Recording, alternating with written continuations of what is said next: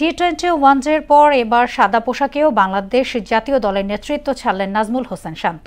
শ্রীলঙ্কার বিপক্ষে test series হারের পর সংবাদ সম্মেলনে এই ঘোষণা দেন তিনি। বলেন, দলের ভালোর জন্যই এমন সিদ্ধান্ত নিয়েছেন তিনি। ড্রেসিং রুমে 3 অধিনায়ক থাকা উচিত নয় বলেও মনে করেন এই বাঁহাতি ব্যাটার। কাজী পাপ্পু রিপোর্টস। কলম্বো টেস্টে বাংলাদেশের হার যেমন অনুমেয় ছিল, তেমনি গুঞ্জন ছিল এই ম্যাচের পরেই নেতৃত্ব ছাড়তে পারেন নাজমুল হোসেন শান্ত। শ্রীলঙ্কার বিপক্ষে শেষ টেস্টে ইনিংস ব্যবধানে হারের পর সেই গুঞ্জনে সিলমোহর পড়ল।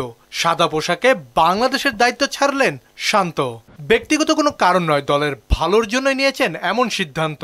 অল্প কিছুদিন আগেও 3 ফরম্যাটে বাংলাদেশের অধিনায়কের দায়িত্ব ছিল শান্তর কাঁধে। এরপর টি-20 দলের দায়িত্ব দেয়া হয় লিটন দাসকে, আর সবশেষ 12 জুন ওয়ানডে অধিনায়ক ঘোষণা করা হয় মেহেদী হাসান মিরাজকে। এবার শান্ত নিজেই সরে গেলেন টেস্ট অধিনায়কের দায়িত্ব থেকে।